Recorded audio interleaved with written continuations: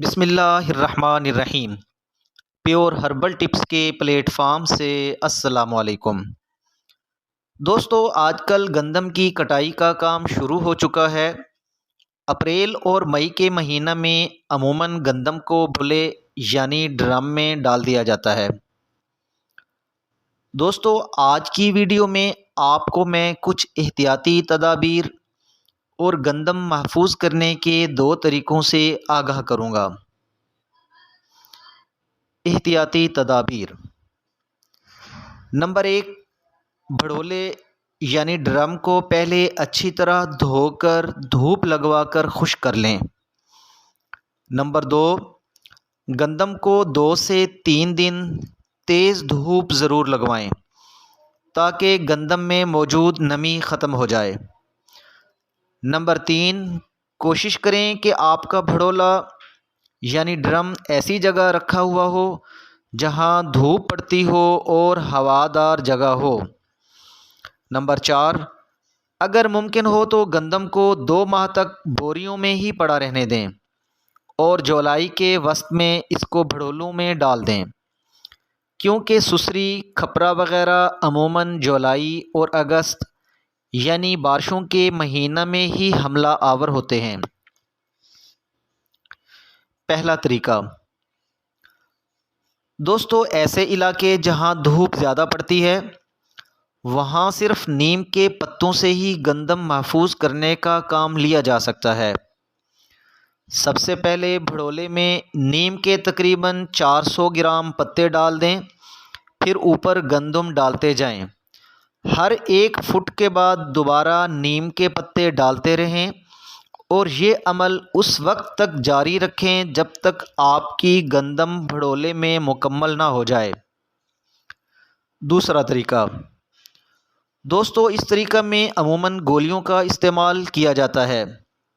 یہ گولیاں ایلومینیم فاسفائڈ نامی دوا پر مشتمل ہوتی ہیں اور مختلف ناموں سے زرعی ادویات کی دکان، میڈیکل سٹور یا پنسار کی دکان سے مل جاتی ہیں۔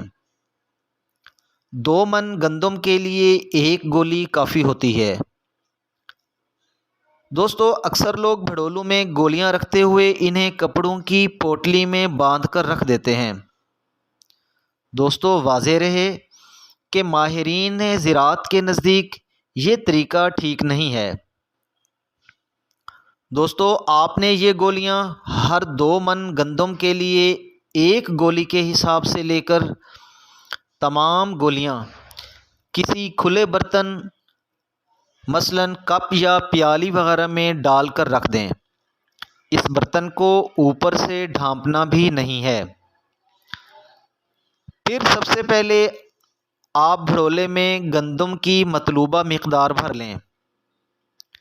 اس کے بعد یہ گولیوں والا برتن اس گندم کے اوپر رکھ کر بھڑولے کو ایئر ٹائٹ کر دیں کہ اندر ہوا نہ جائے۔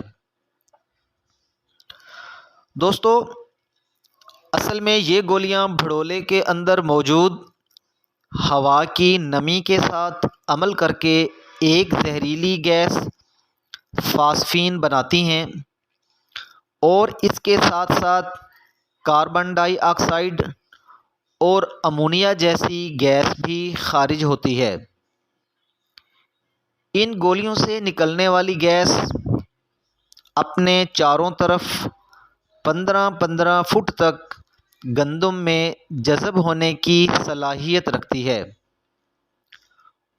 اور نقصان دہ کیڑوں مثلاً سسری اور کھپرا وغیرہ کا خاتمہ کر دیتی ہے۔ اس لیے پریشان ہونے کی ضرورت نہیں ہے۔ ان گولیوں کا اثر گندم کی نچلی تہ تک بھی پہنچ جاتا ہے اور گندم محفوظ رہتی ہے۔ دوستو، اس امید کے ساتھ کہ میری آج کی ویڈیو آپ کو اچھی لگی ہوگی، اس کو لائک اور شیئر ضرور کیجیے گا اور میرے چینل کو سبسکرائب کرنا مت بھولیے گا۔ اپنا خیال رکھیے گا۔ اللہ حافظ۔